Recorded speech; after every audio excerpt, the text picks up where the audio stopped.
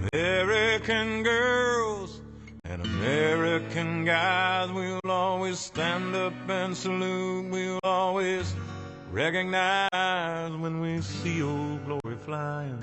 There's a lot of men dead, so we can sleep in peace at night when we lay down our head. My name's Gary O'Daniels, and I went into the Army in June of 1968. I was drafted after teaching school for 4 years. I served on active duty for about 19 months, and then got an early release from the Army from the time that I was serving in Vietnam, and came back in January of 1970. So was released from active duty at that point. Well, it was an opportunity to be associated with other veterans of Vietnam, Korea, World War II veterans, as we went back to the Washington, D.C. area to look at the different memorials for those wars, and just being part of that group of veterans. Now, personally, I'd been to Washington, D.C.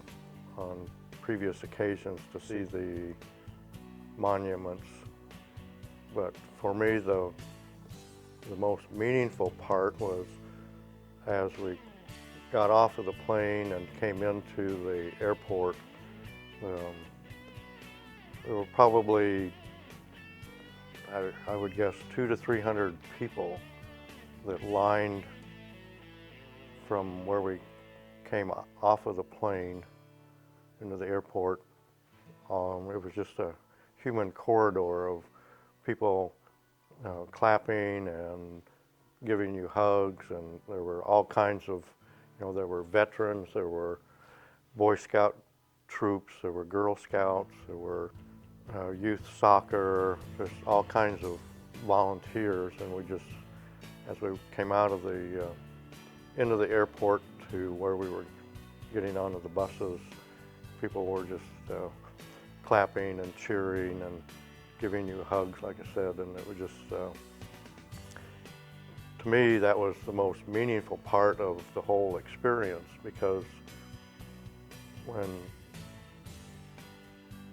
Vietnam veterans came back to when we came home, we just dribbled into the airports, maybe 1 or 2 people at a time, and we had no crowds. If you had somebody there from your family to welcome you home, that was, you were fortunate on that. So seeing the support from all of the people at that point, that